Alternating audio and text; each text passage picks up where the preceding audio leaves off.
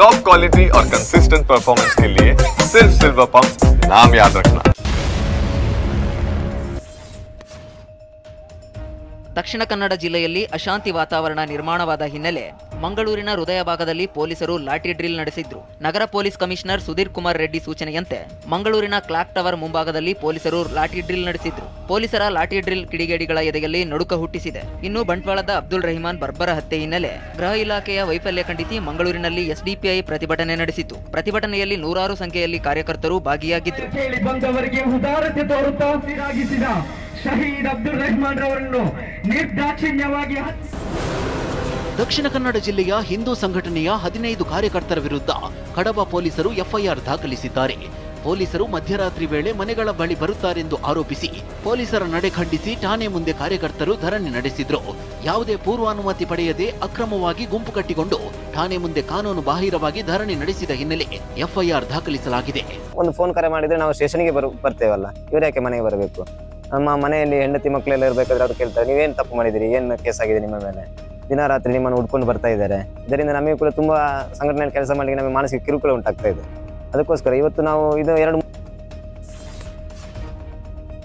ಶ್ರದ್ಧಾಂಜಲಿ ಕಾರ್ಯಕ್ರಮದಲ್ಲಿ ಪ್ರಚೋದನಕಾರಿ ಭಾಷಣ ಮಾಡಿದ ಆರೋಪದಡಿ ಆರ್ಎಸ್ಎಸ್ ಮುಖಂಡ ಕಲ್ಲಡ್ಕ ಪ್ರಭಾಕರ್ ಭಟ್ ವಿರುದ್ಧ ಎಫ್ಐಆರ್ ದಾಖಲಿಸಲಾಗಿದೆ. ಸಮಾಜದ ಸ್ವಾಸ್ಥ್ಯ ಕೆಡಿಸುವುದು, ಗುಂಪುಗಳ ನಡುವೆ ದ್ವೇಷ ಬಿತ್ತುವುದು, ಪ್ರಚೋದನಾತ್ಮಕವಾಗಿ ಹೇಳಿಕೆ ನೀಡಿದ ಆರೋಪದಡಿ ಕಲ್ಲಡ್ಕ ಪ್ರಭಾಕರ್ ಭಟ್ ವಿರುದ್ಧ ದೂರು ದಾಖಲಾಗಿತ್ತು. ದಕ್ಷಿಣ ಕನ್ನಡ ಜಿಲ್ಲೆ ಬಂಟ್ವಾಳ ತಾಲೂಕಿನ ಕಾವಳಪಡೂರು ಗ್ರಾಮದಲ್ಲಿ ಮೇ 12ರಂದು ಸುಹಾಸ್ ಶೆಟ್ಟಿ ಶ್ರದ್ಧಾಂಜಲಿ ಕಾರ್ಯಕ್ರಮ ನಡೆದಿತ್ತು. ಈ ವೇಳೆ ಕಲ್ಲಡ್ಕ ಪ್ರಭಾಕರ್ ಭಟ್ ಪ್ರಚೋದನಕಾರಿ ಭಾಷಣ ಮಾಡಿದ್ದಾರೆಂದು ಆರೋಪಿಸಲಾಗಿತ್ತು. ಈ ಹಿನ್ನೆಲೆ ಬಂಟ್ವಾಳ ಗ್ರಾಮಾಂತರ ಪೊಲೀಸ್ ಠಾಣೆಯಲ್ಲಿ ಕಲ್ಲಡ್ಕ ಪ್ರಭಾಕರ್ ಭಟ್ ವಿರುದ್ಧ ಎಫ್ಐಆರ್ ದಾಖಲಾಗಿದೆ.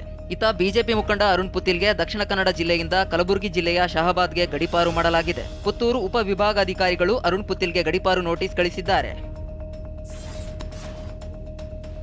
ಈ ಬಾರಿ ಆರ್ಸಿಬಿ ಫೈನಲ್ ಗೆದ್ದೇ ಗೆಲ್ಲುತ್ತೆ ಅಂತ ಅನೇಕ ನಾಯಕರು ಹಾರೈಸಿದ್ದಾರೆ. ಹುಬ್ಬಳ್ಳಿಯಲ್ಲಿ ಮಾತನಾಡಿದ ಕೇಂದ್ರ ಸಚಿವ ಪ್ರಹ್ಲಾದ್ ಜೋಶಿ, ಬಹಳ ವರ್ಷದ ನಂತರ ಆರ್ಸಿಬಿ ಫೈನಲ್ಗೆ ಬಂದಿದೆ, ಈ ಬಾರಿ ಗೆಲ್ಲಲಿ ಅಂತ ಶುಭ ಕೋರಿದ್ದಾರೆ.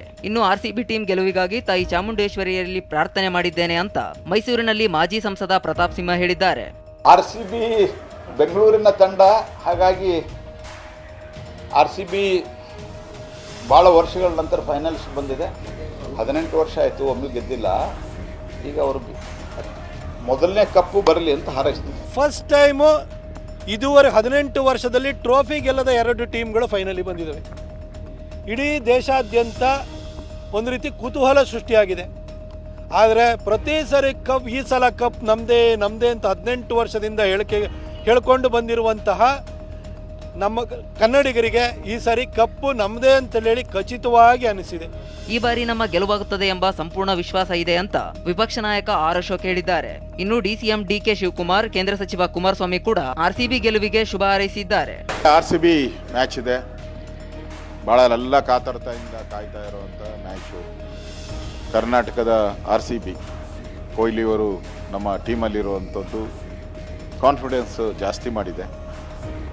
ಸೊ ಕಳೆದ 18 ವರ್ಷದಿಂದನೂ ಕೂಡ ವಿರಾಟ್ ಕೊಹ್ಲಿ ಅವರು ನಮ್ಮ ತಂಡದ ಜೊತೆ ಇದ್ದಾರೆ. ಈ ಸರಿ ಫೈನಲ್ಸ್ಗೂ ಕೂಡ ಬಂದಿದ್ದೀರಿ. ಒಳ್ಳೆ ಟೀಮ್ ಇದೆ, ಜನರ ಬೆಂಬಲನೂ ಕೂಡ ನಮ್ಮ RCBಗೆ ಇರೋದ್ರಿಂದ ಈ ಸರಿ ಗೆಲುವು RCBದೇ ಆಗುತ್ತೆ, ಆ ವಿಶ್ವಾಸ ನಮ್ಮೆಲ್ಲರಿಗೂ ಇದೆ. ನಾನು ಕೂಡ RCBಗೆ ಶುಭ ಕೋರ್ತೀನಿ. ಒಳ್ಳೆಯದಾಗಲಿ, ಗುಡ್ ಲಕ್, ಗೆದ್ದು ಬನ್ನಿ. ನಮ್ಮ ಬೆಂಗಳೂರಿನ RCB, ಕರ್ನಾಟಕದ RCB ನಾಳೆ ಗುಜರಾತಲ್ಲಿ ಗೆಲ್ತದೆ ಅನ್ನೋ ಆತ್ಮವಿಶ್ವಾಸ ಇದೆ. ಎಲ್ಲ ನಮ್ಮ ರಾಜ್ಯದ ಅಭಿಮಾನಿಗಳಿಗೆ, ಕನ್ನಡ ಅಭಿಮಾನಿಗಳಿಗೆ, RCB ಅಭಿಮಾನಿಗಳಿಗೆ ಈ ಸತಿ ಗೆದ್ದು ನಮ್ಮ ಗೌರವನ ಉಳಿಸ್ತಾರೆ ಅಂತೇಳಿ ನಂಬ್ಕೊಂಡಿದ್ದೀನಿ. ನಿಮಗೂ ಕೂಡ ಪ್ರೇಕ್ಷಕರೆಲ್ಲರೂ ಕೂಡ ಶುಭ ವಾರ್ತೆ ಸಿಗ್ತದೆ ಅಂತೇಳಿ ನಂಬಿದ್ದೇನೆ. ಶುಭವಾಗಲಿ. ಹಲವಾರು ವರ್ಷಗಳ ನಂತರ ಬೆಂಗಳೂರಿನ RCB ತಂಡ ಫೈನಲ್ಗೆ ಬಂದಿರತಕ್ಕಂಥದ್ದೇನಿದೆ, ಎಲ್ಲರ ಒಂದು ನಿರೀಕ್ಷೆ ಫೈನಲ್ನ ಪಂದ್ಯಾವಳಿಯಲ್ಲಿ RCB ತಂಡ ಈ ಬಾರಿ ಪ್ರಶಸ್ತಿಯನ್ನು ಪಡಿತಾರೆ ಅಂತಕ್ಕಂಥ ಒಂದು ದೊಡ್ಡ ಮಟ್ಟದ ಎಲ್ಲರಲ್ಲೂ ನಿರೀಕ್ಷೆಗಳೇನಿದೆ.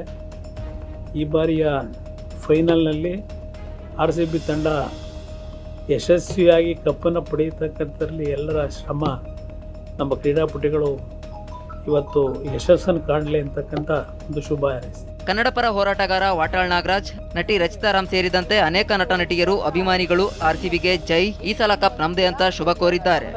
ಸೊ ಸಮ್ವೇರ್ ನಮ್ಮ ಎಲ್ಲ ಆರ್ಸಿಬಿ ಫ್ಯಾನ್ಸ್ಗಳಿಗೆ ಒಂದು ಸ್ಟ್ರಾಂಗ್ ಗಟ್ ಫೀಲ್, ಈ ವರ್ಷ ಈ ಸಲ ಕಪ್ ನಮ್ದೇ. 2025ರ IPL ಫೈನಲ್ ಪಂದ್ಯವನ್ನ ರಾಜಕೀಯ ಕಾರಣದಿಂದಾಗಿ ಕೋಲ್ಕತ್ತಾದ ಈಡನ್ ಗಾರ್ಡನ್ನಿಂದ ಗುಜರಾತ್ನ ನರೇಂದ್ರ ಮೋದಿ ಸ್ಟೇಡಿಯಂಗೆ ಸ್ಥಳಾಂತರಿಸಲಾಗಿದೆ. ಹೀಗಂತ ಪಶ್ಚಿಮ ಬಂಗಾಳದ TMC ಸರ್ಕಾರ ಗಂಭೀರ ಆರೋಪ ಮಾಡಿದೆ. ಇದಕ್ಕೆ BCCI ಕಾರಣ ಅಂತ ಕಿಡಿಕಾರಿದೆ. ಇದಕ್ಕೆ ಉತ್ತರಿಸಿರುವ BCCI vice president Rajiv Shukla, IPL final ಪಂದ್ಯ ಸ್ಥಳಾಂತರದಲ್ಲಿ ಯಾವುದೇ ರಾಜಕೀಯ ಉದ್ದೇಶ ಇಲ್ಲ ಎಂದಿದ್ದಾರೆ. ಆಸ್ಟ್ರೇಲಿಯಾ ಆಲ್ರೌಂಡರ್ ಗ್ಲೇನ್ ಮ್ಯಾಕ್ಸ್ವೆಲ್ ಏಕದಿನ ಕ್ರಿಕೆಟ್ಗೆ ನಿವೃತ್ತಿ ಘೋಷಿಸಿದ್ದಾರೆ. ಮುಂದಿನ ವರ್ಷ ನಡೆಯುವ IPL ಟೂರ್ನಿಯನ್ನು ಗಮನದಲ್ಲಿಟ್ಟುಕೊಂಡು ಈ ನಿರ್ಧಾರಕ್ಕೆ ಬಂದಿದ್ದೇನೆ ಎಂದು ಗ್ಲೇನ್ ಮ್ಯಾಕ್ಸ್ವೆಲ್ ಹೇಳಿದ್ದಾರೆ. ಈವರೆಗೆ ಮ್ಯಾಕ್ಸ್ವೆಲ್ 149 ಏಕದಿನ ಪಂದ್ಯಗಳನ್ನು ಆಡಿದ್ದಾರೆ. ಇತ್ತ ದಕ್ಷಿಣ Africa cricket ಟೀಮ್ನ allrounder Heinrich Klaasen ಅಂತಾರಾಷ್ಟ್ರೀಯ ಕ್ರಿಕೆಟ್ನಿಂದ ನಿವೃತ್ತಿ ಪಡೆದಿದ್ದಾರೆ.